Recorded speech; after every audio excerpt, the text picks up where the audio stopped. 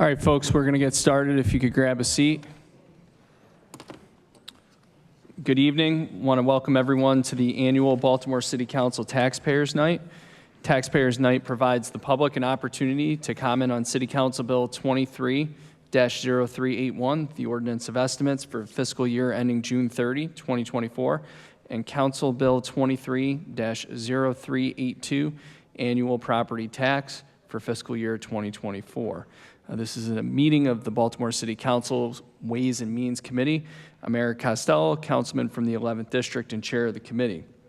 Today I'm joined by City Council President Nick Mosby, members of the committee Ryan Dorsey, 3rd District, Chris Burnett, 8th District, Council Vice President, 6th District, Sharon Green Middleton, Councilwoman Danny McCray, 2nd District, and Councilman Isaac Yitzi Schleifer from the 5th District has an excused absence, and Vice Chair of the committee, Councilman Robert Stokes. In addition, we're joined by Councilman Zeke Cohen, 1st District, Councilwoman Odette Ramos, 14th District, Councilman James Torrance, 7th District, Councilman Mark Conway, 4th District, Councilman John Bullock, 9th District, Councilwoman Felicia Porter, 10th District. Also in attendance are a host of representatives from City Council President Nick Mosby's office, Mayor Brandon Scott's office, the Bureau of Budget and Management Research, other city agencies, and the Baltimore City Public School System. For those of you attending here in City Hall, please take a moment now to also silence your cell phones and/or electronic devices. I'd like to note at the top that everyone testifying tonight is here because they care for and are heavily invested in our city, and they feel strongly about some aspect of this proposed budget. The testimony at times may be passionate. We expect that members of the council and members of the public will keep order and ensure that everyone has an opportunity to be heard. Persons who are disruptive will be asked to leave. The purpose of Taxpayers Night is not for the council to make speeches or to debate with members of the public. We are here to listen to your comments, which, along with other written and verbal testimony we have received and will receive from the public, along with information received from agencies during their individual hearings over the next 2 weeks, will help guide our decisions as we pass this year's budget. Again, we are here to listen to you and will not respond to testimony given this evening, but the chair may ask clarifying questions as needed on behalf of any council members. I ask that any questions from council members for a member of the public be directed to the chair. In addition, the chair may make a statement that may be needed to guide the public in the proper direction if they are seeking information or guidance to city services. There are 2 points I do want to clarify at the top of this hearing in hopes that we can head off any confusion that may exist. First, the mayor is not proposing an increase in real property taxes, nor is the city council. The annual announcement of proposed tax rates required by state law contains, or has in the past contained, some confusing language, but the rate is proposed to remain constant. The proposed real property tax rate is $2.24.8 per $100 of assessment, the same as the previous fiscal year. Number 2, the preliminary budget bill is crafted by the mayor and his team. The council has not yet made any changes or amendments to this budget bill. Changes to the process were approved by the voters of Baltimore City through a charter amendment, which went into effect on July 1st of 2023 and apply to the current budget before us. The preliminary fiscal year 2024 operating budget has been recommended at $3.53 billion. This is an increase of $211.5 million above the fiscal year 2023 adopted budget. The capital plan is recommended at $833.2 million. This is an increase of $40.7 million above the fiscal year 2023 adopted capital plan. Before we get to public testimony and some other ground rules for the evening, I'd like to recognize City Council President Nick Mosby. Thank you, Mr. Chair. Good evening, everyone. Thank you for coming out to Taxpayers Night 2023. This is an important night. The purpose of tonight is to provide you, the citizens, the ability to communicate your concerns, your questions, your excitement related to the preliminary budget that has been provided to the mayor. For many of you, this is your second Taxpayers Night. The Board of Estimates also conducts a Taxpayers Night. But the one unique thing about this year is this is the first time that the City Council, as all of you are well aware, can redirect money in our budget in 125 years. That's why tonight in this process is so important. The one thing I would really stress is that the council is committed to working with the administration on the preliminary budget that has been provided before us, and how council members and how this body collectively might have varying opinions, just like each and every one of you out there might have some varying opinions. It's important for us to express ourselves, but conduct ourselves in a way that is befitting of the decorum of this chamber. So we will ask that you be as passionate as possible, but please direct your opinions, your comments, and your concerns from a substantive perspective to the issues at hand in the budget before us. As the Ways and Means Committee will continue to meet, understand and know that the substantive budget hearings from the executive city agencies will start to take place on next Tuesday, May the 30th, and continue through the 6th. Again, the testimony that the council will receive tonight and the testimony that the council will receive during those budget hearings will provide valuable information on any amendments the council may propose to the city budget for fiscal year 2024. So again, thank you for participating. Thank you for your public testimony tonight and your civic engagement. Mr. Chair.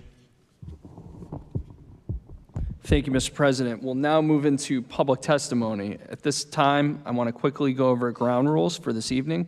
As I mentioned at the top, we want to make sure everyone's voice is heard. Anyone who's disruptive or abusive is going to be asked to leave. If you've signed up online in advance of this evening's meeting to testify, you're good to go. If you have not signed up online in advance, there are sign-up sheets out in the hallway.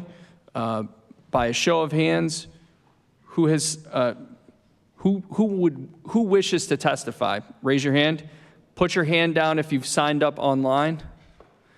Please put your hand down if you signed up on one of the sheets out in the hallway. Just you? If you could please sign up on one of those sheets out in the hallway so we'll make sure that you have an opportunity to testify. Oh, I didn't see you put your hand down. I apologize. All right, great. So what we're going to do is each individual will get 2 minutes to testify. You're going to be testifying right up here at the lectern.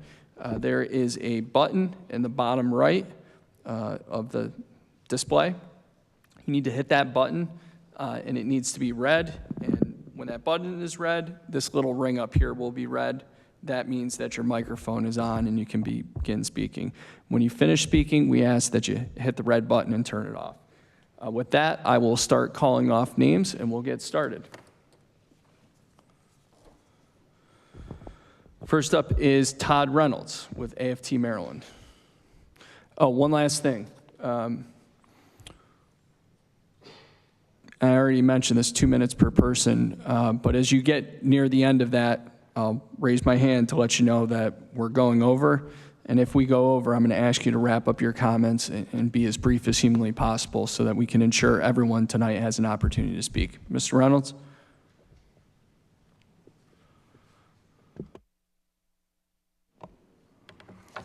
Thank you, Chair Costello and Council President Mosby. My name is, and members of the City Council, my name is Todd Reynolds. I am the political coordinator for the American Federation of Teachers in Maryland. I am also a resident of District 5 in Baltimore City.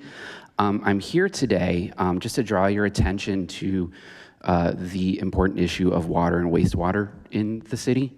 As you know, there was a bill passed in Annapolis this last year to study the regional potential for a regional water utility as the city and the county share water resources, or at least the county pays into the water system.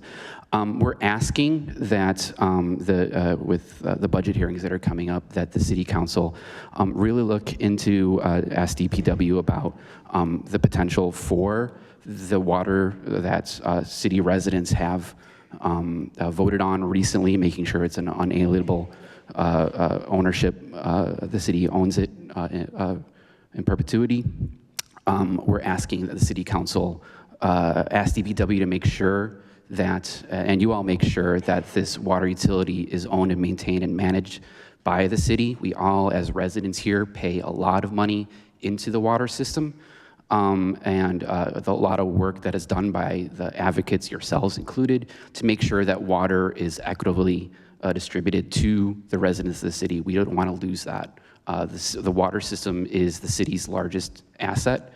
And we want to make sure that all of us residents who've done a lot of work in the city to make sure it's distributed equitably, the improvements are done on infrastructure, is maintained and managed by the city. Thank you. Thank you. Ms. Kim Truhart.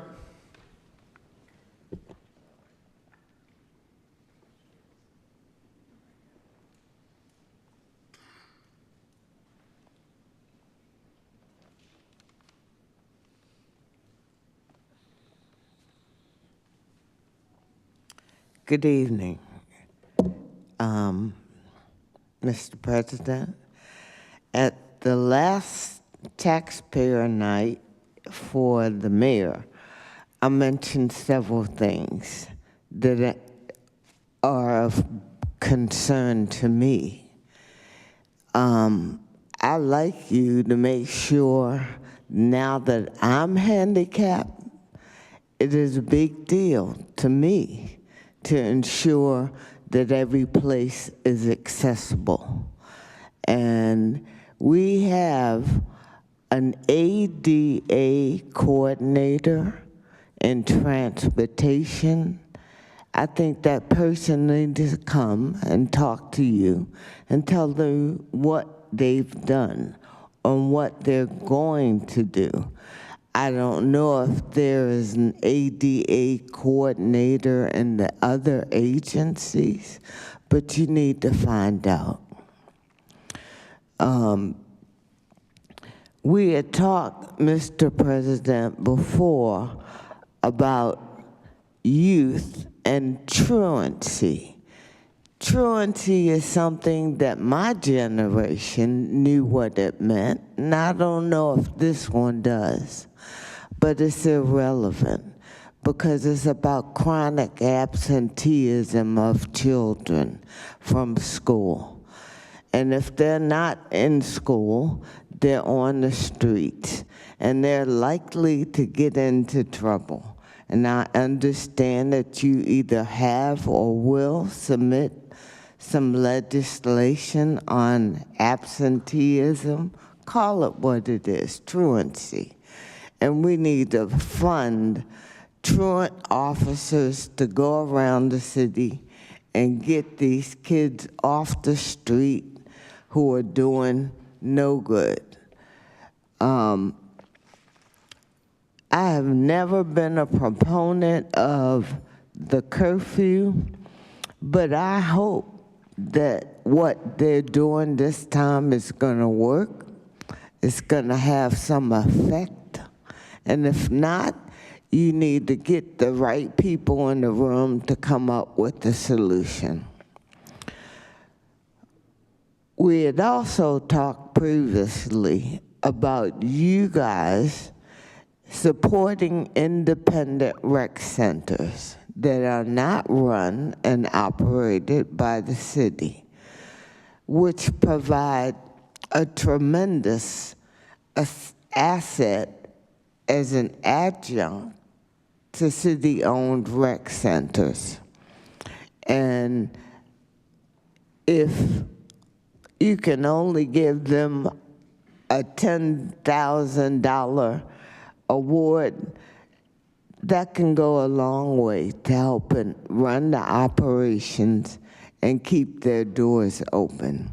And I hope you really look into taking the new powers that you have to redirect money to support the things that are going on that are important in our neighborhoods. I think it's critically important. And, you know, you can have advisory groups, but if you don't take the advice of the advisory groups, don't waste our time. People have a lot of things they want to share with you. Give them a chance. Taxpayer night is wonderful, but you mentioned that the budget hearings are coming. Now, there's no public testimony at the budget hearings, is there? Well, this is the opportunity for public testimony for those budget hearings. That's not what I asked. At the hearings, is there public testimony? No, we take, this is the start of the budget hearings. You don't give us an opportunity to talk about the specifics. And that's fine. And if you want us all to give you our budgetary complaints and concerns, you should have said that sooner than tonight. Thank you, Ms. Truhart. Samantha Gowing, Public Justice Center.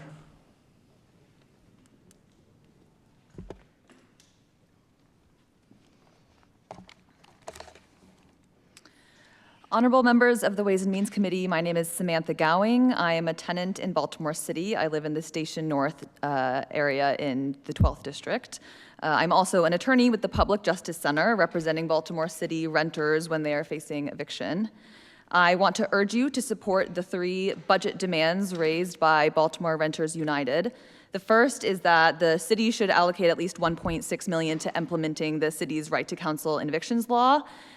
We understand that there are plans to allocate the $1.6 million, but we're looking for public commitment to those funds, as well as that those funds go specifically to legal representation and outreach by community groups. The second is that the city should allocate $25 million to go towards emergency rental assistance for renters.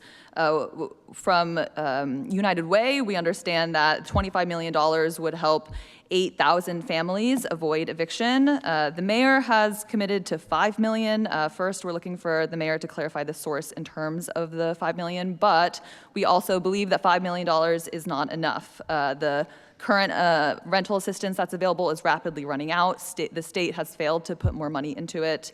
Other neighboring cities have committed rental assistance. Philly has committed $30 million. DC is also working on committing rental assistance funding, and this is crucial for Baltimore renters in this moment.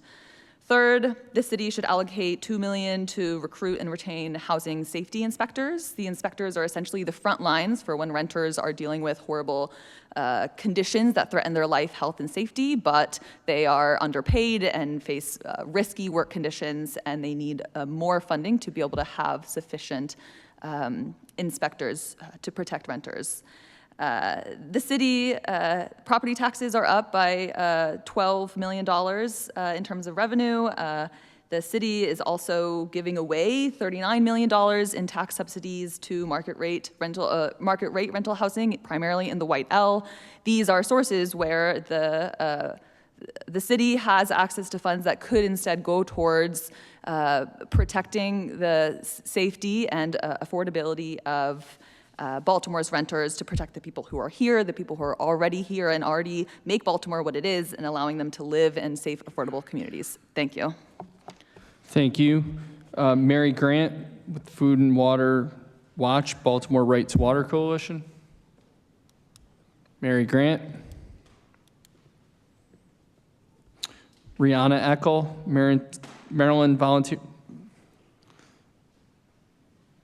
Rihanna Eckel. I think I have the affiliations not lined up on the spreadsheet here. Rihanna Eckel. Lorraine Arikad.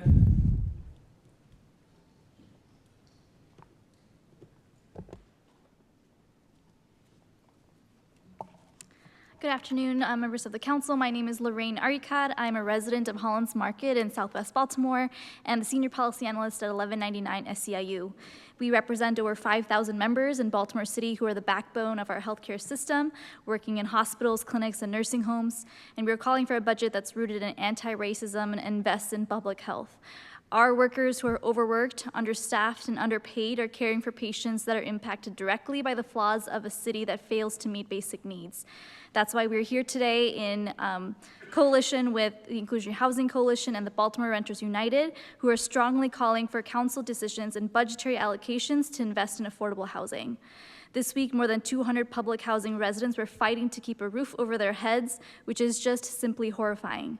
In Baltimore, for every 100 renter households, there are 92.3 evictions. We are calling for a public commitment of at least $1.6 million to implement the right to counsel in evictions so that tenants have just representation in rent court. We're calling for $25 million for emergency rental assistance to prevent evictions, and we're also calling for an additional $2 million for DHCD housing safety inspections.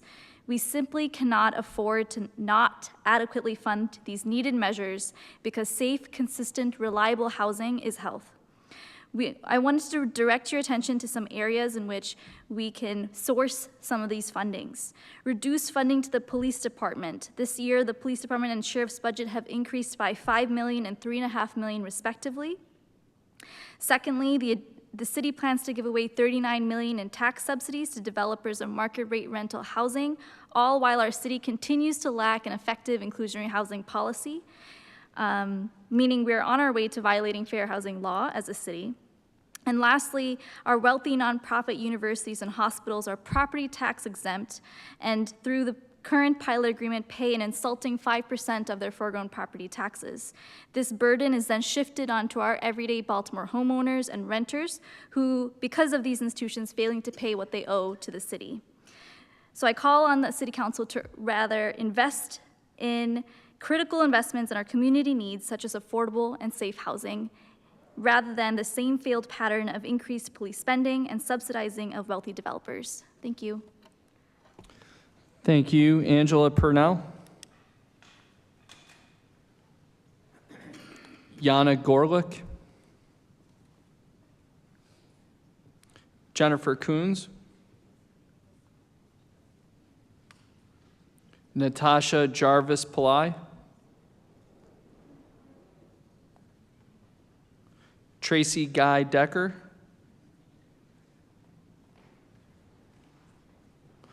Terence Fitzgerald.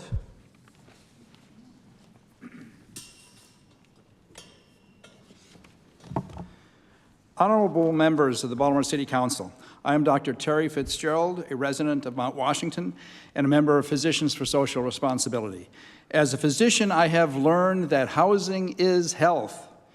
Consequently, I support the proposals put forth by Renters United, which were detailed by others.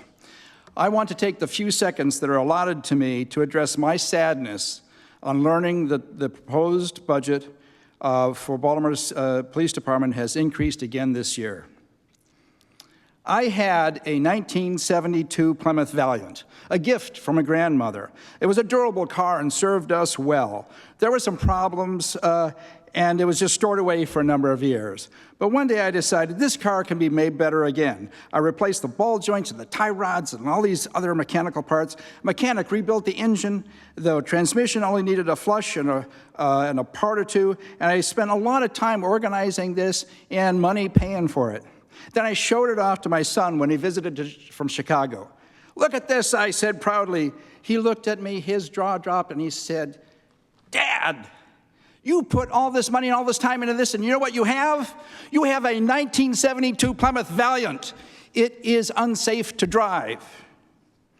Good neighbors in the Baltimore City Council, please understand that I do not mean to insult or disrespect any person when I say this. You can keep pouring money each year into the Baltimore Police Department system, but if you do not make fundamental changes, rethink what public safety means, and rebuild the system from the ground up, then you will end up with the same police department that murdered Freddie Gray and has been riddled with corruption for years. I recognize that this is a tremendous challenge. It requires focused attention and high prioritization. But if the mayor and the city council of Baltimore do not give it that focused attention and highest priority, we will, after all this money, be left with a police department that is, as my son said, unsafe to drive. Thank you. Thank you. Rudy Malcolm.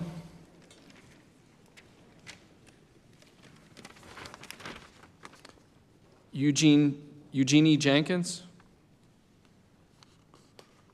Brian Holmes. Dave Arndt. Eric Smith. Second, Eric Smith. Sharonda Huffman.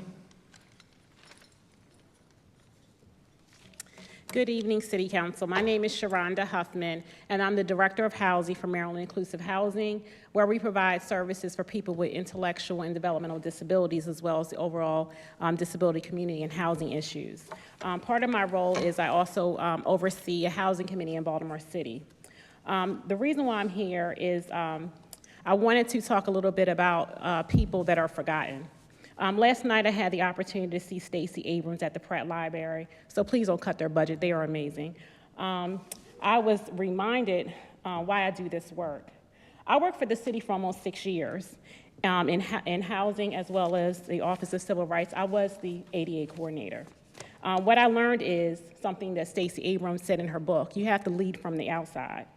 What I learned in this city council is sometimes there's a lot of politics. And I just want you to go back and think about why you do this work. What Stacey Abrams said last night is a good leader is curious, solve problems, and they do good. So even if this is a political year, I want you to do good by the people who have disabilities. Think about the fact that I was ADA coordinator, and if somebody was hard of hearing, they couldn't see what's going on right now. There's no closed captioning. I want you to think about that when you ask these people about their budgets, there are equity issues, and they're not being seen through the equity lens as proposed that was in the law. I want you to ask, will there be funding for public and private housing and actual legal assistance to victims of housing discrimination? The city was a leader in passing source of income law, but I find my clients, they're having a hard time finding housing, even if they have a voucher. There's not enough one-bedroom housing for people. This is why you need an inclusionary housing law. This is why I'm part of a leader in the Inclusionary Housing Coalition. I want you to also think, when I was ADA coordinator, I talked about offering technical assistance to all of our city employees, and talking about, I had a program for disability equity, creating accessible documents and engaging disability groups. As you go into your budget hearings, are you going to communities where there is a disability community? So this is like the mecca of where people with disabilities come to get services during the day. Have you did outreach to the League for People with Disability or Chimes or anything like that, or do they just have to come to you? I want you to also think about funding for the Department of Housing and Community Development, where there be incentives for affordable and market-rate developers to provide non-elderly disability community projects utilizing universal, inclusive, and accessible design. Time is up. Okay, well, thank you very much, and I want to thank you for your time. And if you have any further questions, I'm always available to help. Thank you. Matt Stegman.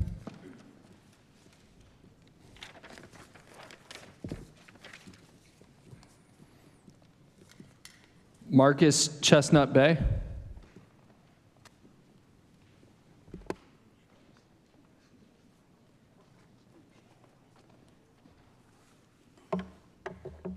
Good evening, everyone. I come in peace. My name is Marcus Chestnut Bay. I'm a volunteer, unofficial representative for Easterwood, Equity for Easterwood.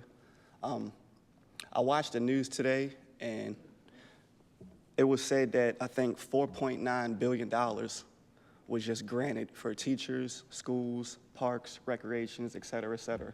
And I think that's a beautiful thing because a lot of our teachers are underpaid. We got schools that are, tarnished and whatnot. But the only new school that I know of being built has just recently been built in Harford County. there are no other schools that I know of that are being built. So this money that is going to be granted to these teachers in these schools is basically a backtrack situation: air conditioners, computers, textbooks, et cetera, et cetera.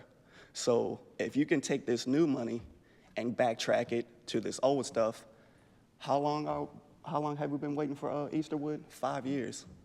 5 years, and our money has already been granted, but yet our park has not been built. So if you look at it on a step-by-step basis, person A got the money and was supposed to give it to person B, and A and B was supposed to get with C, and then D should have got accomplished. But yet nothing has been accomplished at all, and 5 years into this.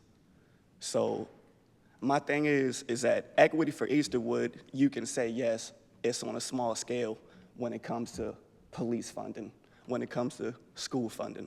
But financially, well, we're dealing with something criminal now, because our money was granted, but yet our park has still not been built. We still have kids that have to travel to different places for their own recreation when they should be able to enjoy themselves in their own neighborhood. I'll leave you in peace. Thank you. S. Page Bacon Ortiz.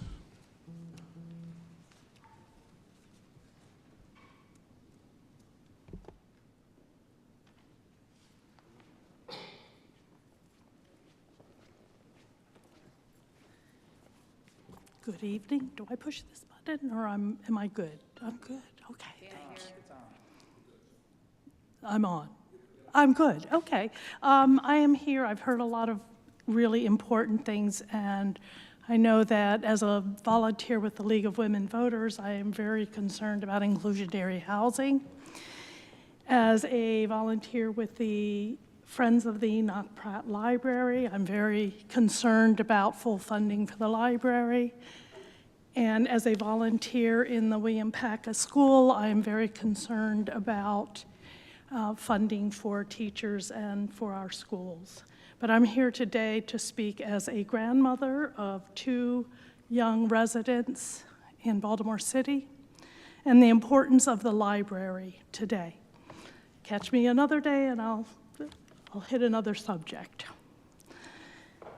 There are 5 reasons that I wrote down for the full funding of the library. The one is that it supports educational opportunities and enrichment. We've talked about recreation, but enrichment is a really big part of the Enoch Pratt Library, especially with their ability to reach low-income neighborhoods. They preserve the unique cultural heritage and history of Baltimore City in our central library, where we have our archives of Baltimore history, including cookbooks through history of Baltimore and the Eastern Shore. They provide access to necessary resources to marginalized communities such as non-English speakers, LGBTQ plus youth, immigrants, and differently abled folks. Pratt libraries are integral to the political and social life of a community. They're polling places and provide space to gather and organize. They are safe and reliable spaces for all. The Pratt Library offers a mobile job center, lawyer in the library, social worker in the library, and leaguers, that's those of us, the League of Women Voters, in the libraries to help inform and educate and assist people. There's also story time and fun time and activities and recreation, yes? Oh, I thought that was, excuse me. People around the country, which I did not know until I decided to prepare this, are starting to notice what sets Enoch Pratt apart.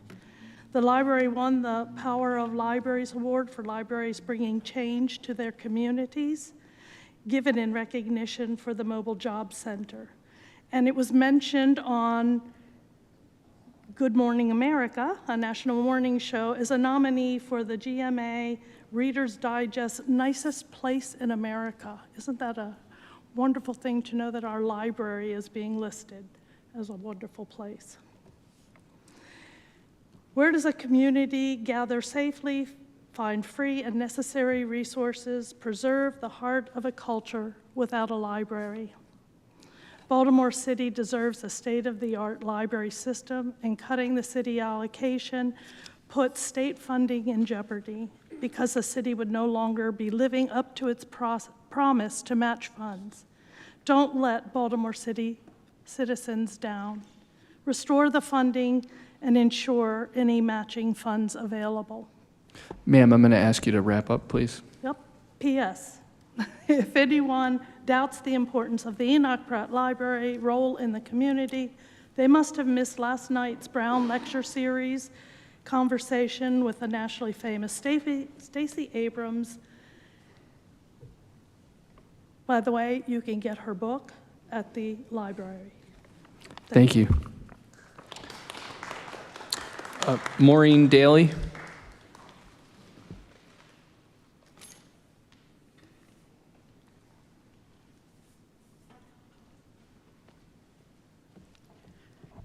Good evening, City Council. Thank you for this opportunity to speak.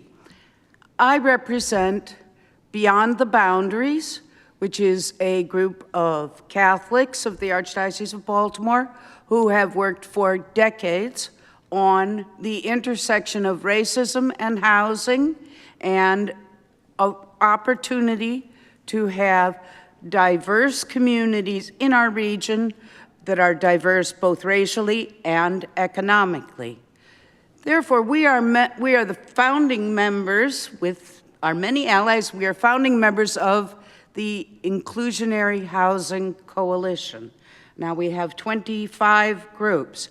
We want to bring to the attention of our city government our distress.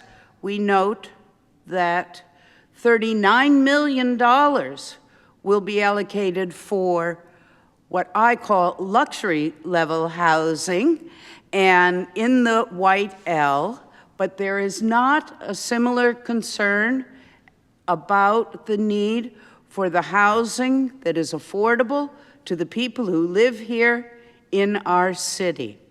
So we are strong proponents of the inclusionary housing bill. I know that's not the concern tonight exactly of the budget, but we would like to see more assurance from the city that they have some plan that the money people make in this city, that they can actually afford to live in this city in decent housing.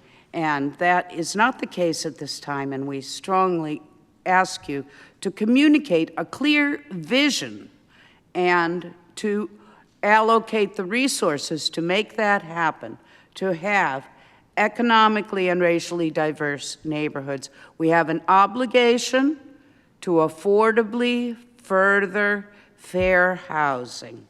That is federal law, and we are not doing our job. Thank you. Thank you. Brandy Kennemore.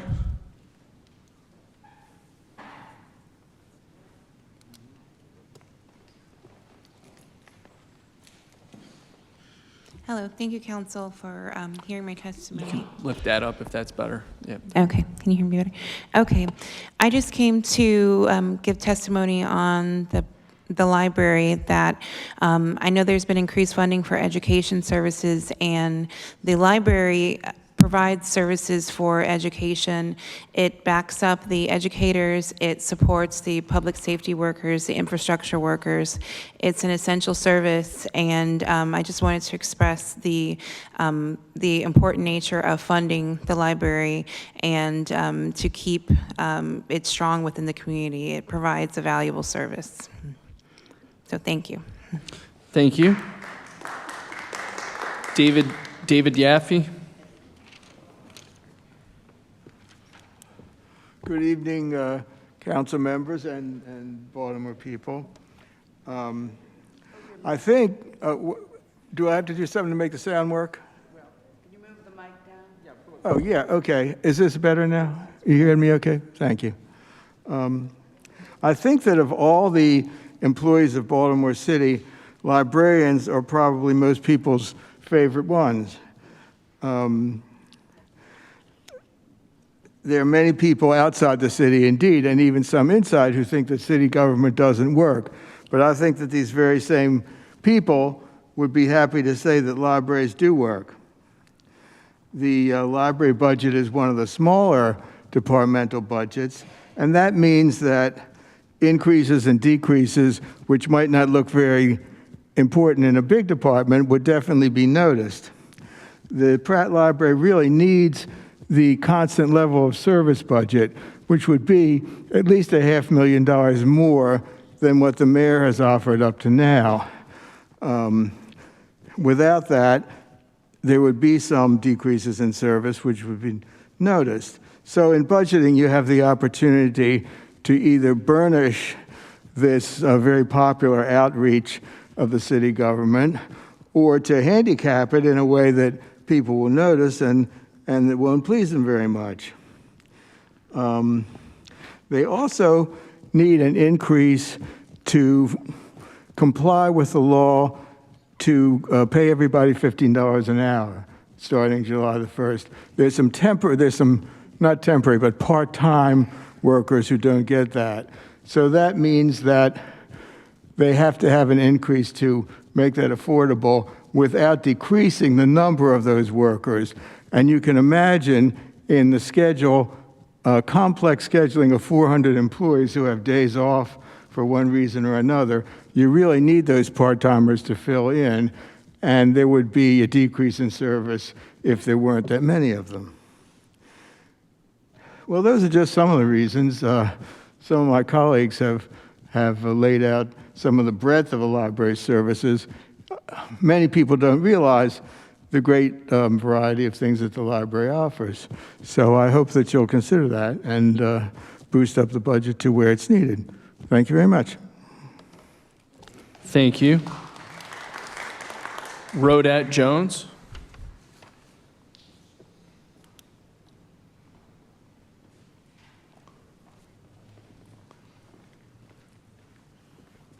All right, good evening, City Council. My name is Rhoda Jones. I am a library employee.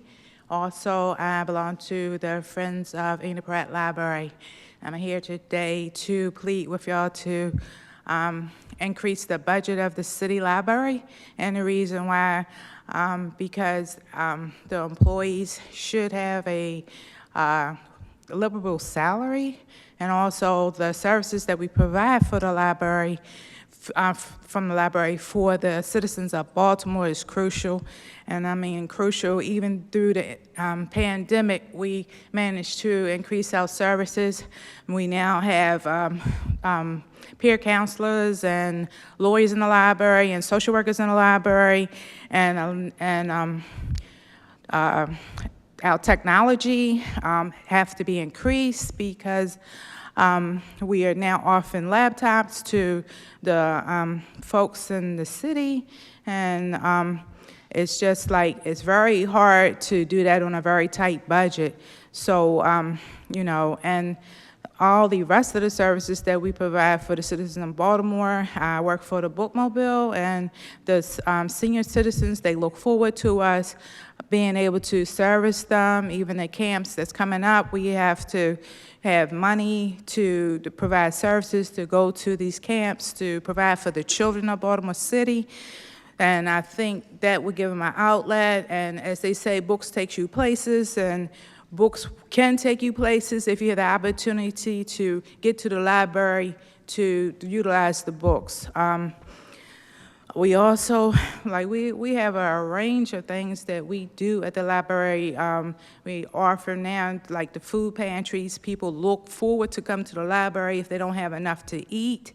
We need a budget because we plan on getting refrigerators for some of our libraries, so that we can offer non-perishable foods as well as perishable foods for the participants that come in. We are like a big resource to the public of Baltimore City. If we don't have the money to sustain it, we will probably have to wind up closing them libraries. Right now, we are looking forward to renovating the Penn North Library. I mean, without extra money, we won't be able to do that. We also looking forward to opening up a new library in the Park Heights community. Without the funding, we cannot do that either. So we need the money to sustain the library, to sustain the technology. You know, the technology is increasing. Every day is new things coming with the laptops and stuff. Then we want to offer computer services to the seniors as well as the children. We offering, like the bands, they can rent instruments and they can rent sewing machines at the library. They do a whole lot of stuff at the library, you know, and we offer programs especially for the young kids, even the older kids. It's very crucial that we have this funding so that we can be sustainable. That's all I have to say. Thank you.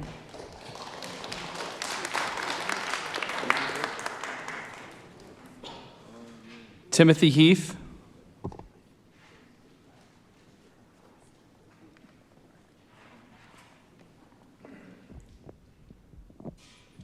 Thank you, Chair Costello and other members of the City Council. My name is Timothy Heath, and I'm a resident of the Otterbein neighborhood in the 11th District. Our city has a troubled past when it comes to housing, as it is considered to be the birthplace of redlining and neighborhood-based racial segregation. Nearly 100 years later, we still haven't fully overcome the negative effects of these harmful policies. And yet, we are starting to drift back towards repeating the past as we trend towards economic segregation by virtue of housing development and its associated tax incentives heavily favoring higher income residents within harbor-adjacent neighborhoods. At a time when some need it most, we've allowed all inclusionary housing requirements to lapse, while market rate developments continue to be heavily incentivized. And while these current policies and incentives are certainly not racially motivated, they do disproportionately hurt marginalized communities. The average market rate rent for a one-bedroom apartment in a harbor-adjacent neighborhood is $2,000 per month. Common financial advice is to allocate no more than 30% of your gross pay towards rent. To achieve this rule, you would need to make $80,000 a year. A Baltimore City resident making minimum wage at 40 hours a week would have an annual income of less than $28,000. Baltimore, through its budget, needs to prioritize inclusionary housing to assist its residents and help them overcome the $52,000 disadvantage. The budget should allocate adequate funds for inclusionary rental assistance, as well as adequate funding for effective vacant housing redevelopment through which those units can provide additional inclusionary housing opportunity. The budget should also provide assistance for residents for obtaining first-time homeownership, as those are the persons most deserving of property tax credits as they work tirelessly to overcome generational inequity. Finally, the budget should prioritize eviction protections so those fortunate enough to have affordable housing aren't in constant risk of losing it. The lack of inclusionary housing creates an environment of helplessness among those stuck in a broken system struggling to get by. While that in and of itself is difficult to quantify, its budgetary impact can be seen by the percentage of the city's budget being allocated to the police department and our city's reputation for violent crime, which is further fueling population decline. That is how helplessness manifests itself in the absence of hope. Baltimore City's budget should prioritize the rights and necessities of the citizens who live here and need our help the most, to include inclusionary housing, easy access to healthy and affordable food, and career development. Thank you again for the opportunity to speak. Thank you. Nat Seegers.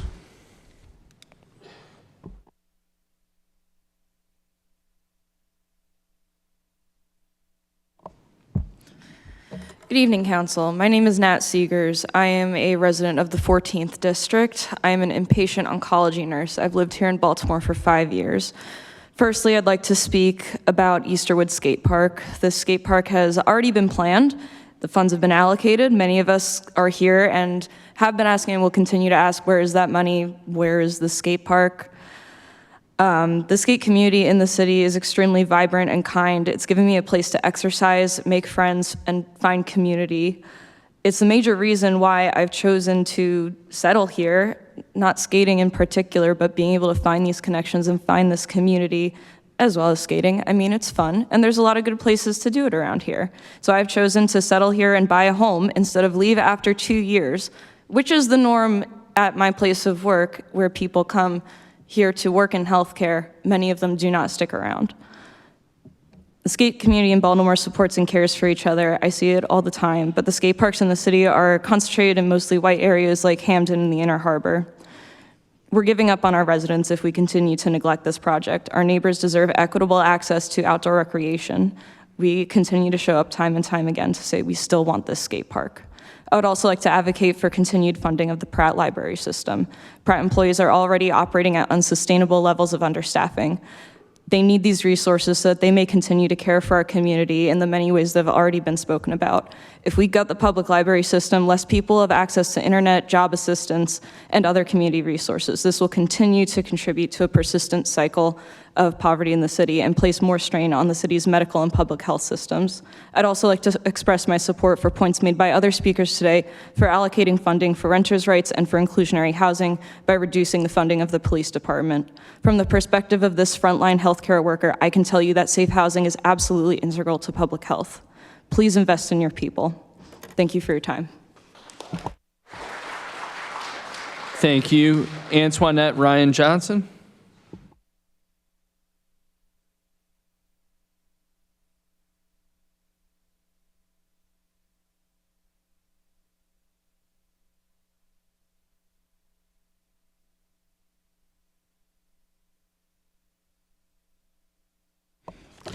Good evening, Council President Mosby, Chair Costello, and all members of the Baltimore City Council. My name is Antoinette Ryan Johnson, and I am the president of the City Union of Baltimore, a union that represents city employees, including hundreds in the Department of Public Works. We wanted to draw the council's attention to two pressing issues that have us deeply concerned with the City Union of Baltimore. The first is the extraordinarily high levels of workplace safety, OSHA violations in numerous city agencies over the years.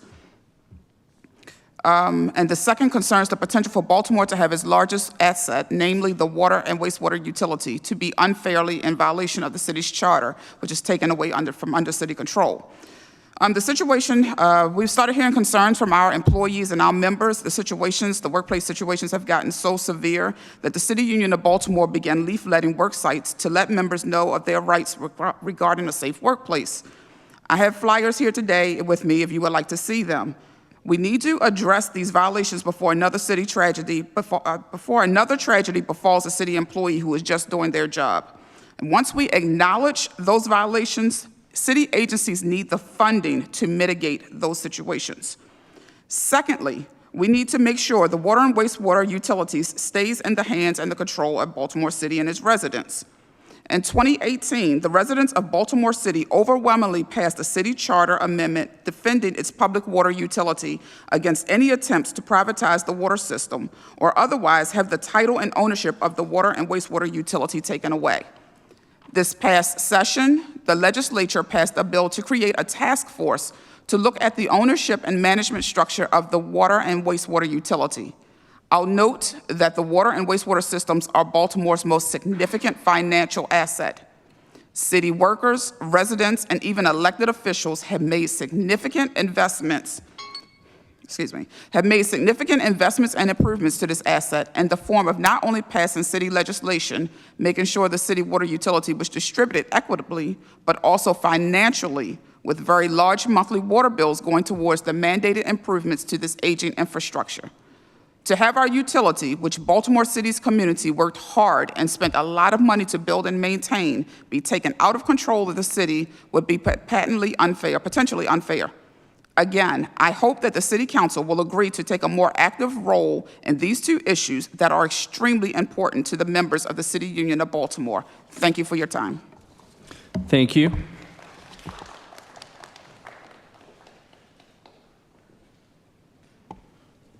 Doc Cheatham.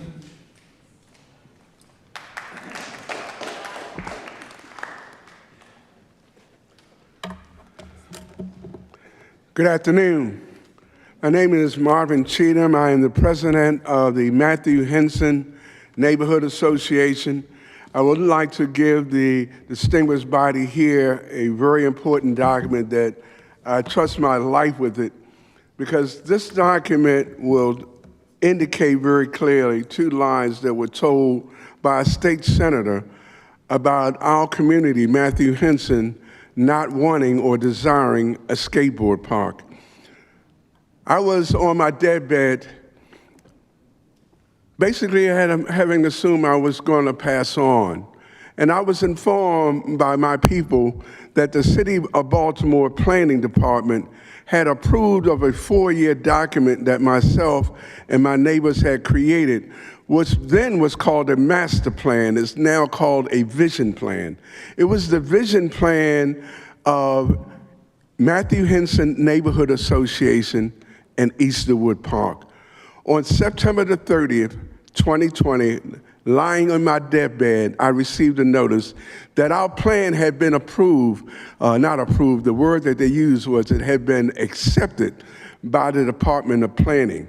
There were 10 major issues in that document. That document came as a result of a charrette that was held at Coppin State University with federal, state, and city people there, including the senator and a former senator who was Barbara Robinson. That document documented what our community wanted.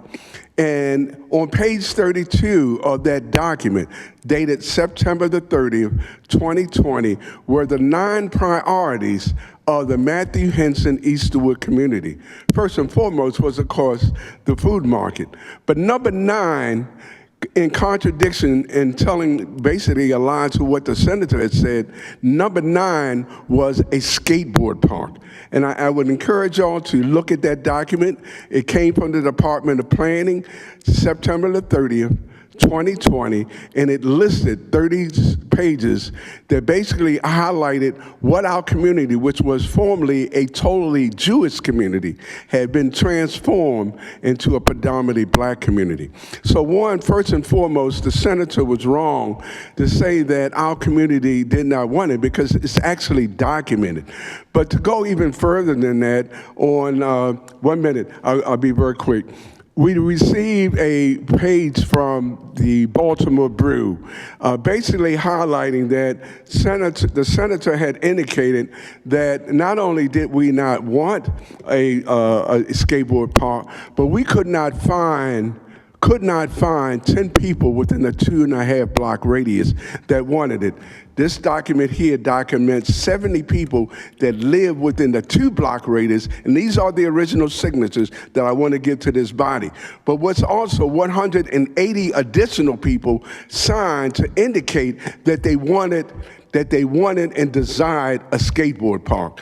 We're saying very clearly, we are due to meet with the mayor to present him the copy that he was given. We tried to give this to the senator to prove to him that our community wanted. And we're asking that this body redirect the funds that the Board of Estimates has approved twice to fund a skateboard park where the #1 African skateboarder in the world happens to be an African American. And we just think, what would our kids think to have the first time in the state of Maryland a skateboard park where people look like them, that are the #1 skateboarders. I would like to give this to someone here. This is the actual signatures of the neighbors 4 days after the senator said we didn't want it. This is the document that contradicts and says clearly he lied to the public about us not wanting a skateboard park. Thank you. You can give that to Ms. Curran.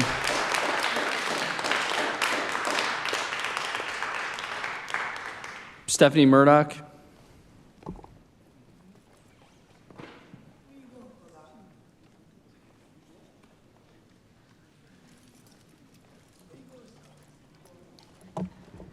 My associate is going to pass out some testimony here.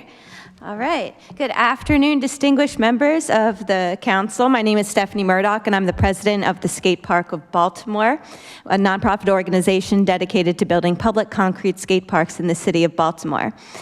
We were actually featured on the news after the last Taxpayers night, and one of the talking head commentators insinuated that we were there for our 2 minutes of fame. I can assure you that we are not here for our 2 minutes of fame. We all rather be skating right now. We are here for justice. We're here for justice. We're here for transparency. We're here for accountability. And most importantly, we're here for equity. We've been working hand in hand for over 5 years with the community and Baltimore City Rec and Parks to develop a public concrete skate park in Easterwood. Despite that project being shovel-ready, we were informed last year that BCRP intended to reallocate the entirety of the $1,150,000 that was previously allocated in the FY20 and FY22 CIP budgets, specifically earmarked to investigate and develop a small skate park and build a new basketball court and support overall park improvements. Well, they plan to use that money for deferred maintenance issues in Easterwood Park. The decision to divest or not build upon these funds is not only unjust, but a waste of resources. The city has already spent $24,000 on designs and construction documents for this skate park. This was supposed to be put out to bid last year. Excluding any additional funding for Easterwood Park is not only an insult, but an injury. That over $1 million is still pending, still sitting in the bank while our young people are being shot in the streets. This represents an opportunity to bring the first skate park to a predominantly Black community in our city, and to do so in a neighborhood that has been historically disinvested. And it is very clear that there are no plans to move the park forward because there's no money in the FY24 budget, not the $650,000 that was supposed to go for the skate park or any other park improvements in the FY24 budget. So it's clear to us that there's no concrete plans to move this forward. Any further delay in this project diminishes our faith in government. Youth voices deserve to be heard, administration promises need to be realized, and fiscal commitments need to be upheld. The money is there. The community wants this skate park along with not long neglected overall improvements. There is presently money to do, if there's not presently money to do both, then it should be included in the budget. The first step towards achieving equity is not repeating the mistakes of the past, but infusing resources and new and exciting opportunities into communities that have been neglected. And I will end with a little chant that I wrote in the shower while I was singing this morning. Where is the money? What is the plan? We want answers for our skate fam. And I want all of our volunteers to stand up tonight. Thank you for your time. Thank you. Lorraine Arikad. Lisette McConville.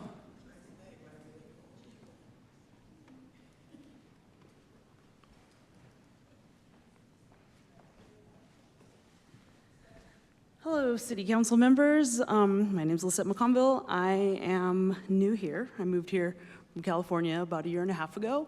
But I was out here visiting a friend, and I fell in love with the city. It has a lot of grit, and it has really pitted streets. But most importantly, it has heart. The people here are wonderful, and I roller skate, so I got to meet a lot of skaters. I came here knowing no one, and now I have a family. So I also had the pleasure of meeting the kids that actually live in Easterwood. We went there, and we had an event. We gave them free gear. We gave them, protective gear, helmets, knee pads, a whole bit. We got them rolling around on roller skates. We got them on skateboards. Like, if there were wheels, there were kids rolling around and having a good time. And I can tell you that these kids want it. They deserve it.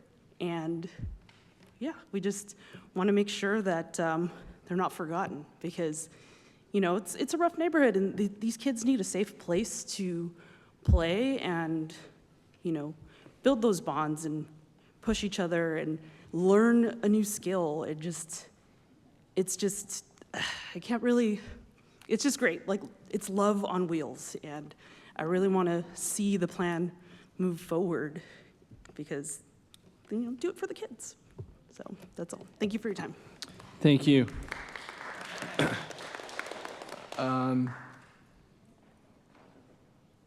Jermaine Duggs. Last name D-U-G-G. Got it. Was having trouble reading your first name, but Sorry. that's all right.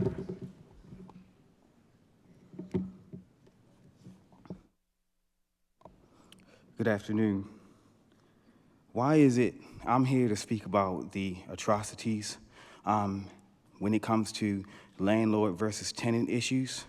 And I feel that you say there's justice with landlords and tenants, but the only people that are getting justice are the landlords, and it's not fair. We do not deserve to be put out on the street because you're always favoring the landlords. They can paint the house any type of way they want to. They can give you a broken bed and call it an amenity. Inspectors come late or never. What about the people who, like me, who are Jews, the real Israelites of this land, who don't believe in suing, but yet you sue me up and down, back and forth. You never mitigate, you never talk things out, you never try to, in fact, if you're worried about your money so much, why don't you employ me? How about that? I need a job. I need money. But yet and still, you're talking about money, but you don't want to give anybody money. Give us a job then. That's the way they used to do it before. If you needed to work for something, if you needed to pay off a debt, you work for it. So put me in the leasing office. Help me sweep up trash or something like that. Don't just put me out on the street. Nobody deserves that. Housing is a human right. And also, too, you all have overridden the government because the Constitution says that we have a right to life, liberty, and the pursuit of happiness. That's what we have a right to, and I'm tired of it. I'm tired of being on the streets. I'm tired of going into ribbon houses. I'm tired of the judges. I'm tired of you weaponizing the police. If you want us to come to goddamn court, why do you have to weaponize the police against us? And I'm going to also use the Bible too. Do not twist justice and legal matters by favoring the poor or being partial to the rich and powerful. Always judge people fairly. Ezekiel 22:27. Her princes and her midst are like wolves, tearing the prey, shedding blood, destroying lives to get dishonest gain. You are vipers, sons and daughters of vipers is what you are. Psalm 35:9, do not let those who are wrongfully my enemies rejoice over me, nor let those who hate me without cause wink maliciously. Exodus 23, a call for justice. You must not pass along false rumors. You must not cooperate with evil people by lying on the witness stand. You must not follow the crowd and doing wrong. When you are called to testify in a dispute, do not be swayed by the crowd to twist justice, and do not slant your testimony in favor of a person just because that person is poor. In a lawsuit, you must not deny justice to the poor. Be sure never to charge anyone falsely with evil, never sentence an innocent or blameless person to death, for I never declare a person guilty. Never declare a guilty person to be innocent. Take no bribes, for a bribe makes you ignore something you clearly see. A bribe makes even a righteous person twist the truth. Never trust thine enemy, for like an iron rusteth, so is his wickedness. Though he humbles himself and go crouching, yet take good heed and beware of him. And thou shalt be unto him as if thou hast wiped a looking glass. And thou shalt know that his rust have not been altogether wiped away, and your rust has not been wiped away. Sir. And we're tired of this. Thank you. Thank you. Chrissy Brown.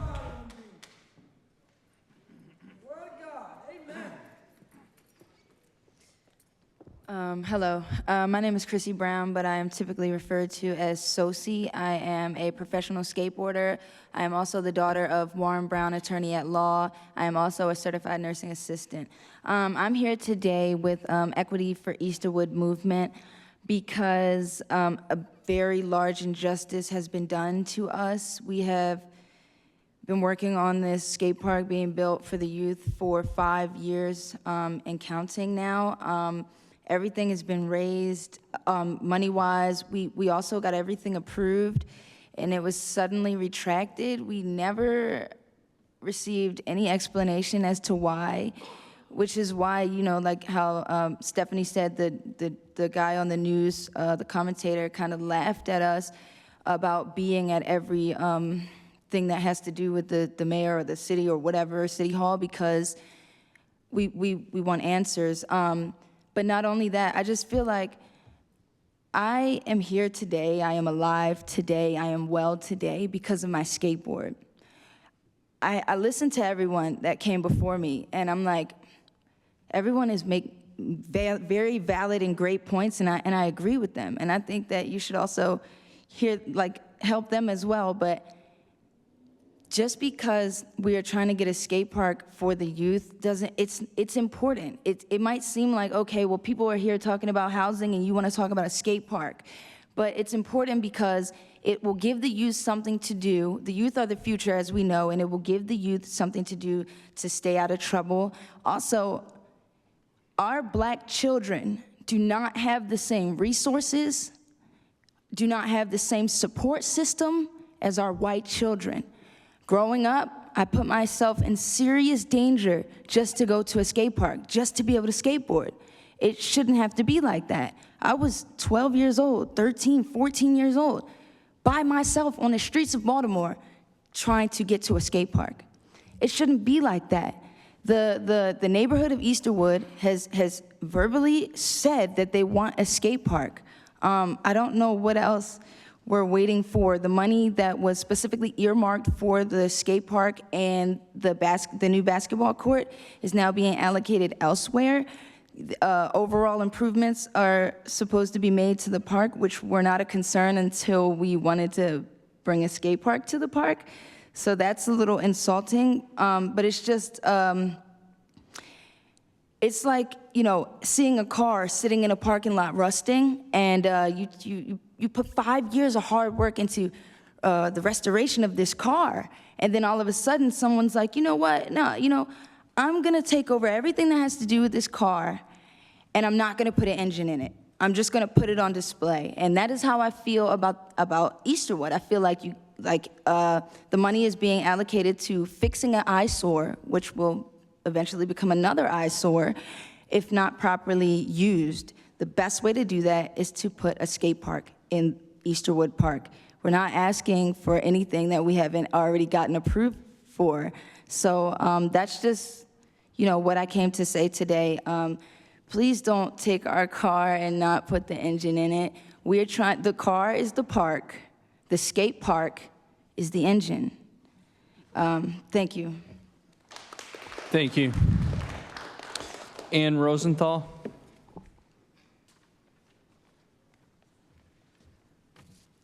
Good afternoon, members of the City Council. My name is Ann Rosenthal, and I live in Remington in District 14. I join those who have spoken before me in wishing our budget better reflected our values and in hoping that you, our council people, will prioritize renters' rights as you consider amendments to the draft budget for fiscal year 2024. I've had the privilege of volunteering for several years with Soccer Without Borders, a nonprofit that uses soccer as a vehicle for change among youth of refugee families recently resettled in the U.S. In Baltimore, I've worked closely with 2 specific families of 6, one resettled in Baltimore from Eritrea, and another resettled in Baltimore from the Democratic Republic of Congo. In their home countries, these families face persecution, violence, and a lack of opportunity. Here in Baltimore, although some elements of their life are marked by promise, unsafe housing conditions and predatory behaviors of landlords seem to be common experiences that preclude these families from thriving. The first family I worked with left Baltimore at the beginning of the pandemic, due in part to poor housing conditions in their rental property, and they are now thriving in Sioux City, Iowa. The family I'm currently supporting in Elwood Park, lives in Elwood Park. Rats scurry around their kitchen while they're home. There was no smoke detector until we recently requested it from the fire department. Shout out to the fire department for same-day service on a weekend. The bathroom is covered in black mold, and lights and heat did not turn on for consecutive months this winter, and this was not due to any issue with late payments. For months, I was in touch directly with various dismissive and unresponsive property managers as the house bounced around among different owners and different management companies. When I sought legal support for the family, one common refrain was that a housing inspection was an obvious starting point. Twice I submitted 311 requests for housing inspections, and twice the 311 tickets were marked within the week as closed, with a note on the city's portal that work had been completed, yet neither time did anyone in the household or I see any indication that anyone from the city had indeed followed up. I requested rat rub-out services twice through DPW portal and once through email directly, but never received a response. On many occasions, I felt confident that this family's housing in refugee camps overseas had been much safer and much more comfortable and pleasant than their Baltimore City rental was. After months of enduring difficult housing conditions and pouring personal money into mini heaters, lamps, etc., they too have now made the decision to leave Baltimore for Iowa, and I am heartbroken. I'm heartbroken not only for them, but for all the renters in Baltimore who live in unsafe conditions, lack legal representation, and/or face eviction. I echo the demands of Baltimore Renters United and urge you to support the amendments to the budget that they've recommended. Let's make sure Baltimore is a city where folks, whether they're moving from down the block, across the city, or from a distant continent, can count on safe rental properties and representation and support they deserve. Thank you for your consideration. Thank you. James Parrish.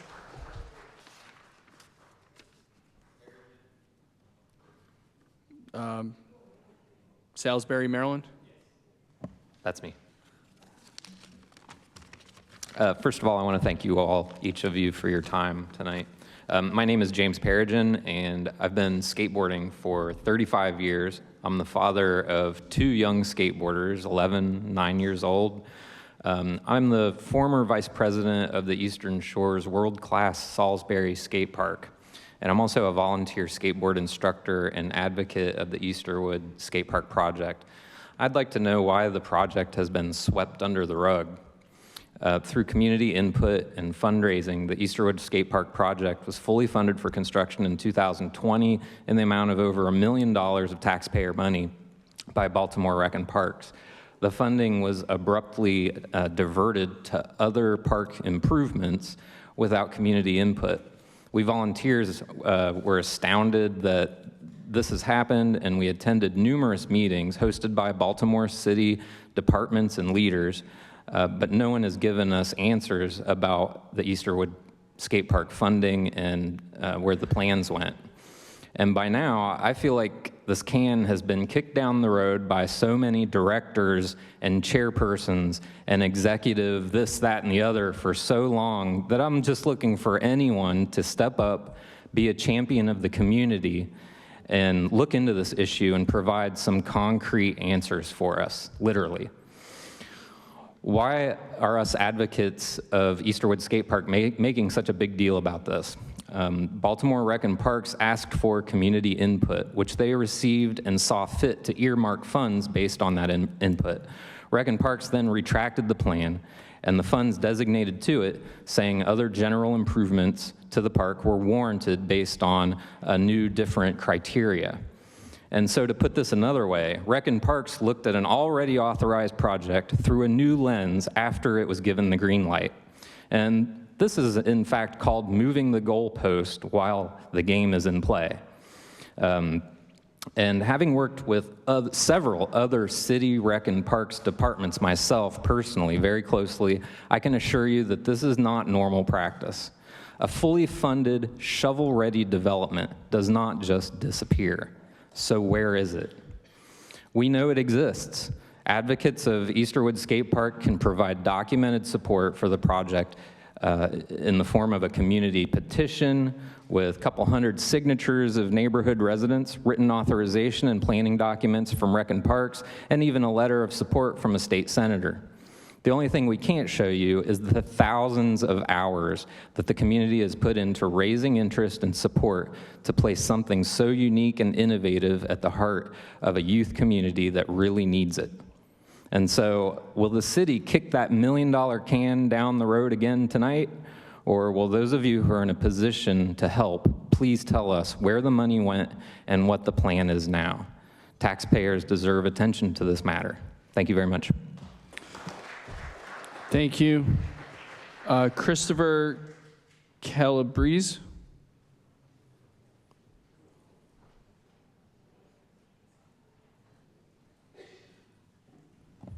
Good evening, City Council. My name is Christopher Calabrese.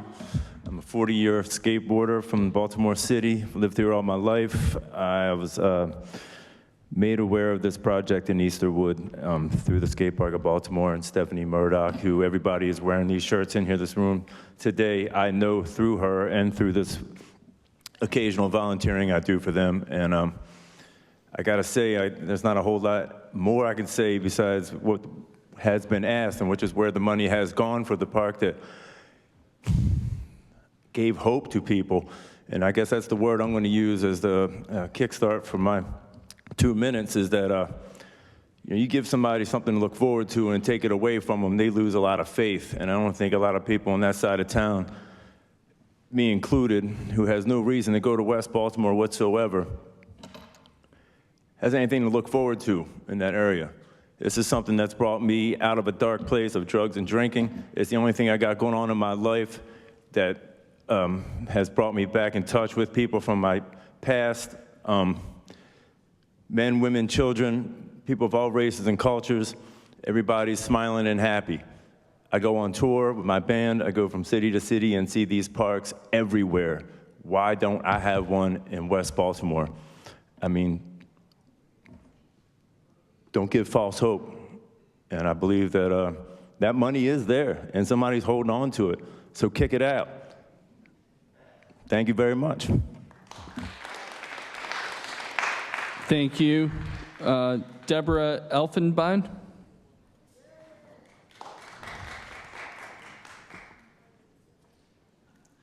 I'm Deborah Elfenbein, and I'm a librarian at Pratt Library. And this is really great that everybody's been talking, but I just want to give you the perspective from the staff. We totally support Pratt Library. That's why we unionized. I'm a member of the Pratt Workers United. We want to talk about the short staffing, the idea that the budget director Larson and the budget says don't fill vacancies and that's the way to save money is not sensical. It doesn't make any sense. The idea of people working last night for Stacey Abrams, it was really great. People worked there overtime because they loved Stacey Abrams, but also because they were hungry for overtime. That's how people make their living, is through overtime, and we don't get it much. People bring home, some of our staff, under $30,000 a year. That's some of our full-time staff. With all due respect about the part-time, yeah, we need a lot of part-time, but the reason why we also have so many full part-time is so we don't have to get paid benefits. If we had more funding for the library, we would be able to negotiate with Pratt Library as Pratt Workers United, which totally supports the library. We do the services. We're totally dedicated. What we say is if you fund the library, we can negotiate with the library. We support it, and we hope you will too. Thank you. James Grant.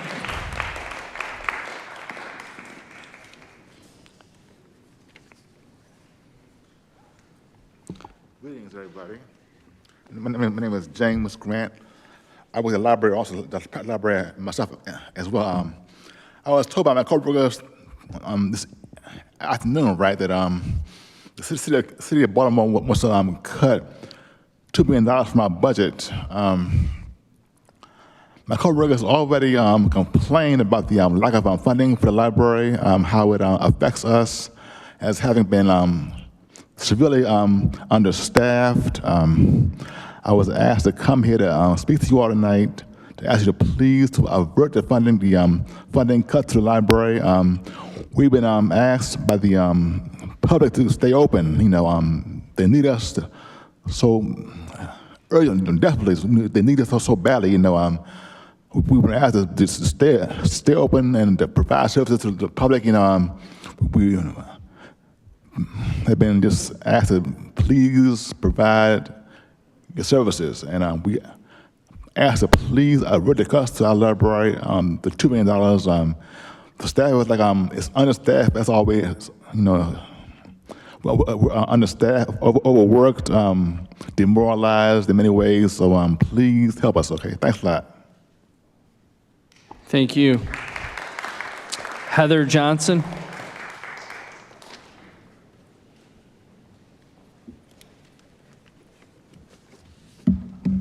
All right. Hi, everybody. Let me pull this up real quick. All right, I'm going to give you some statistics real quick. These are pretty updated. These are within the last 3 months. Hi, beautiful. Baltimore City has over 30% of the evictions in the state of Maryland and 9% of the population. Families receiving emergency rental assistance are disproportionately Black, 73%, and disproportionately single moms led households, that's 71%. The number of Black women-headed households evictions is 3.9 times higher than the number of white male-headed evictions. Let me put some numbers on it. 2,996 Black women were evicted and 775 Caucasian men were evicted. And 2.3 times higher for Black males headed household evictions. The people of Baltimore deserve housing. We all know that. And they also deserve safe, supportive, and affordable housing. I'm saying this because we're in a city with all of these vacant homes. We need to be making new decisions. We need $25 million. District 3, can you please give us $25 million? I'm a part of your district. We need $1.6 million for rights to counsel, and we need $2 million for DHCD to actually be doing what they're supposed to do. Amen. All right. So, and then we're asking for inclusionary housing. I don't think I'm asking for too much. You feel me, Zeke? All right. All right, then. Y'all have a good night. Thank you. Ruth Smith. My name's so hard to say. Honorable members of the Baltimore City Council, I'm Rabbi Ruth Smith and a resident of Radnor-Winston in District 4. I'm giving my testimony on behalf of Jews United for Justice, which organizes more than 1,600 people in the city to support local, social, racial, and economic justice. Tonight begins the Jewish holiday of Shavuot. Among many things, Shavuot celebrates the harvest and reminds us that the bounty of the harvest should be used to meet everyone's basic needs, like housing. Here in Baltimore, resources are abundant, but they are not shared equally with the Black and brown renters who are predominantly at risk as rents and evictions skyrocket. This budget does not express my values, and I would like to echo the demands of Baltimore Renters United for a more just budget that meets renters' needs.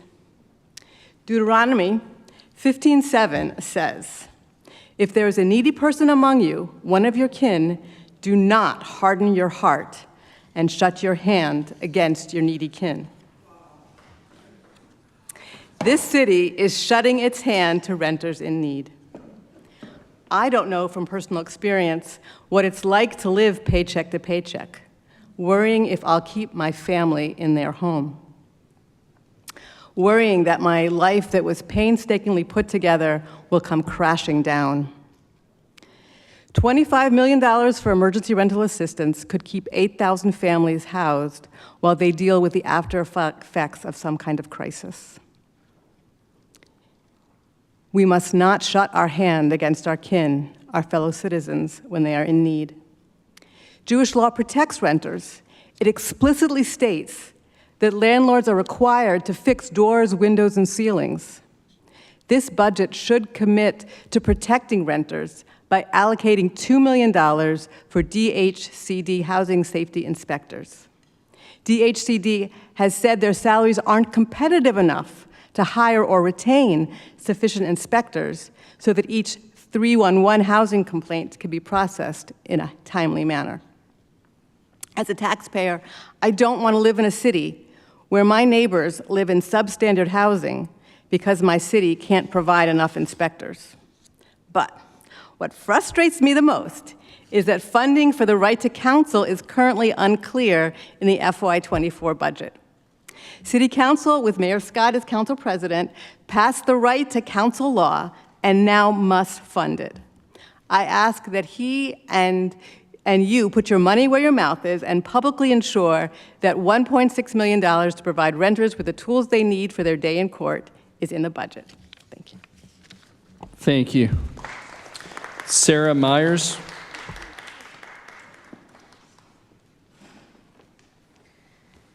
Hello. Okay. My name is Sarah Myers. I'm a resident of Baltimore City's 8th District.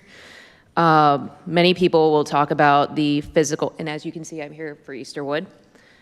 Many people talk about the physical and mental benefits of skating and how it keeps kids out of trouble by giving them a creative and physical outlet, and I can testify to all that. I can talk about how skating has taught me that I can do things I never thought possible. The most important part of the skate park to me is the community that goes around it. Many of my closest friends who I've met through skating, I live in Baltimore because of them. I literally found my home because of them, the physical house because skaters were selling it. Whenever I need work done to the house, I find that I already know someone who does that specific job through skating, or their best friend they grew up with that they used to skate with does that job. I had to replace my boiler last year. I used Stephanie's guy, who she knew through skating.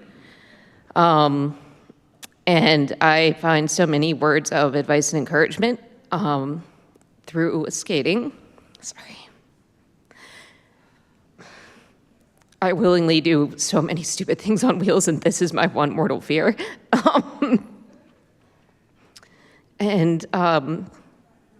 I'm lucky to have access to so many of Baltimore's skate parks. Not everyone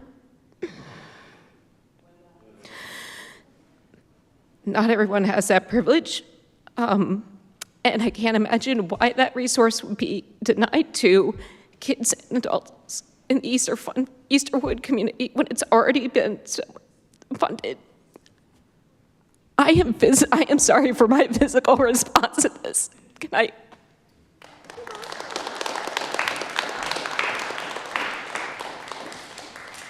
Thank you. Mr. Christina Flowers. Thank God the word of God been spoken in the house tonight. But it's a whole lot of love around here, so I'm glad I know all my council people by name.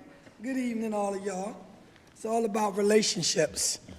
And prayerfully, some of these relationships can do something in all of y'all community, like get our homeless individuals off the streets.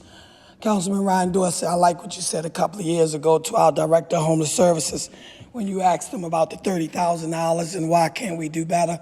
It's not getting too much better. You walk into our shelters right now, we have seniors, wheelchairs, disabled devices, stacked up in a day room. Your auntie, my granny, Nana, everybody, disgraceful. It really is, guys, because I know all of y'all by name.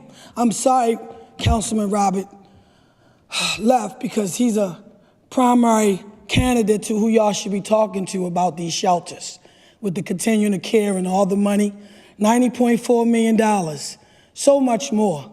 And I still gotta watch people die in tents and live in these streets. And I'm grateful to God that he do send in outside help.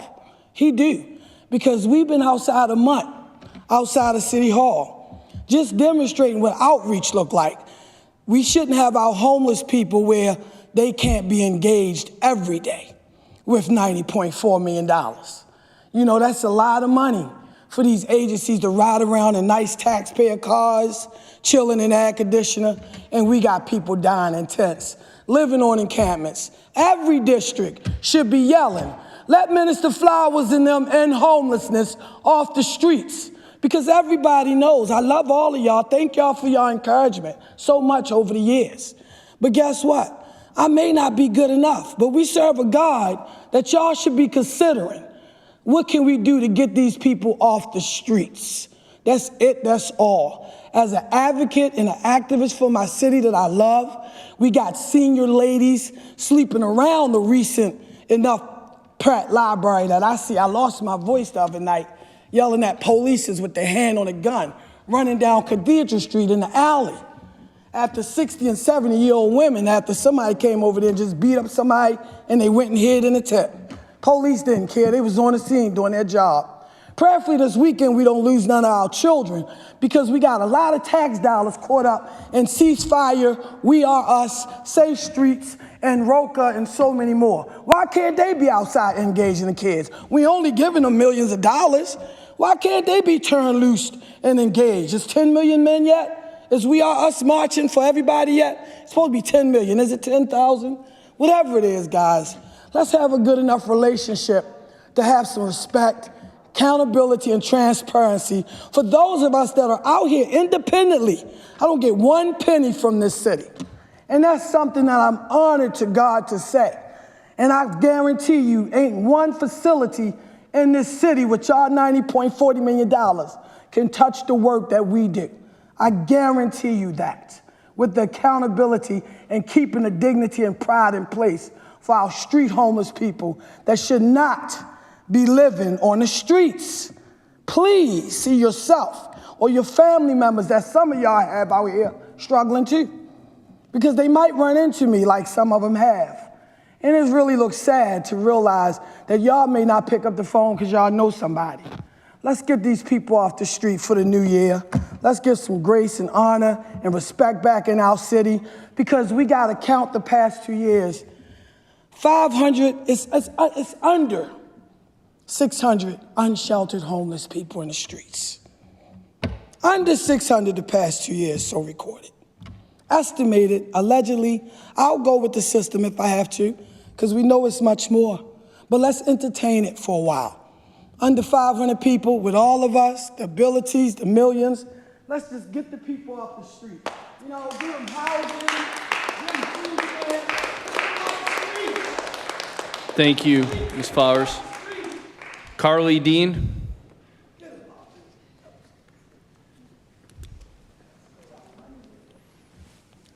Good evening, City Council members. Thank you so much for the opportunity to speak. My name is Carly Dean. I'm a homeowner in District 11, and I am here to express my support for Easterwood Skate Park. Construction of the skate park was included in the FY 2020 budget as part of a larger park improvement project with matching funding secured from the Tony Hawk Foundation. Then in 2022, we learned from Rec and Parks that the city would no longer be moving forward with the skate park for unclear reasons. I'm a skater, a roller skater actually. I'm also a taxpayer. I've lived in Baltimore since 2016. Here, I discovered skating and was quickly adopted into the Baltimore skate family, who may not recognize me without my red helmet. It's hard to put into words what a skate fam means, but I finally found my people.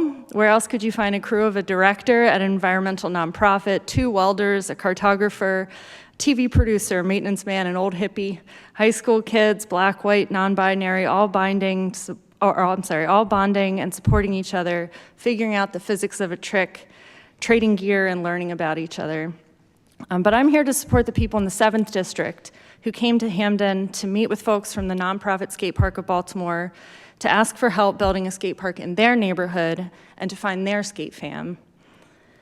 I first volunteered in the Matthew A. Henson neighborhood in an Olympic viewing party hosted by the Community Association. I know some of those kids got the skate bug because when I came back late last year for an event, we gave away dozens of roller skates, skateboards, helmets, pads. I gave roller skate lessons to a little girl about 3 years old who clung to me for dear life, but she picked it up quickly. I met her parents who had lived in the neighborhood their whole lives, and we're so grateful to see a family event in their neighborhood. Even though that little girl had her new skates and was already on track to be a better skater than me, I'm not sure she's had the chance to use them since her mom didn't want her skating in the street, and she still hasn't met her skate family, but I hope that she will. When this project was included in the FY 2020 budget, the city had spent over $24,000 on designs, and the project is shovel-ready. Whether or not you're moved by my story, the city owes it to taxpayers to implement the project and to the Matthew A. Henson community to follow through with the project that was promised. I strongly ask you to support Equity for Easterwood. Thank you. Thank you. Ashley Daniels. Good evening, City Council members. My name is Ashley Daniels. I am a resident of Baltimore County, but today I am here to speak for Equity for Easterwood. I help organize skate events for Community in Bowls, which is a roller skating organization, but we also work with Skate Park of Baltimore. I caught wind of Easterwood through social media and skate events and realized that this was something I needed to throw all of my energy into because there aren't a lot of people who are. And skating has honestly changed my life for the better, and most people that I meet have told me it has changed their life for the better. We are constantly teaching people to skate. This weekend I have a skate workshop. Come on out, I'll teach you. But it's for all ages, for all walks of life, and that's what really builds the community. And I just want that to be accessible for everyone. I know what it's like to live in poverty, but I also know what it's like to live in privilege. And I think that everyone should have the ability and the access to that recreation. It's free. Why not, you know? Put the money in so that they can have the access. Because roller skating honestly has deep roots in the Black community, and not everyone has the ability to pay to go to the roller rink or to commute to the roller rink. So to be able to walk outside and roller skate for free is a big thing. So that's all I have to say, and I just please ask that you guys have more transparency with this project. Thank you. Thank you. Is there anyone else who, that's all we have on the list, is there anyone else who has signed up to testify who was not called on? Is there anyone else who has not testified who wishes to testify?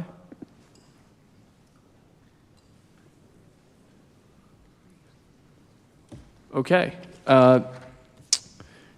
Thank you all very much for coming out. We have budget hearings starting next Tuesday at 9 a.m. You can find the full agency detail on the Baltimore City Council's website. Before we go into recess, I'll turn it over to Council President Nick Mosby for closing remarks. Thank you, Mr. Chair, and thank you everyone for coming out tonight. As discussed, I'll ask everyone in the chambers to just be quiet real quick. We're still live on TV. If we could be quiet real quick. So there is a detailed schedule, how, it was brought up to us, and this has just been the tradition to do the taxpayer night before we actually do the actual agency briefings. But it was brought up to us tonight that as we continue to move forward and change the process and the role and scope of the City Council associated with this budget, that we will take that back to look at the schedule for maybe next year to better understand how we can ensure that the community's role and voice is heard at the appropriate time in the budget. So we're going to continue to work with the administration, as I stated earlier, on this particular budget, but then also improving the process moving forward. I would like to thank each and every one of you for coming out and participating in the process. It's far from over. Please continue your advocacy. Please continue to allow your voice and your perspective to be heard to your representatives that are sitting before you tonight. I not only speak for myself, but I speak for the entire council. We truly, truly appreciate your civic engagement. Thank you, Mr. President. We're now in recess until Tuesday at 9 a.m. Thank you.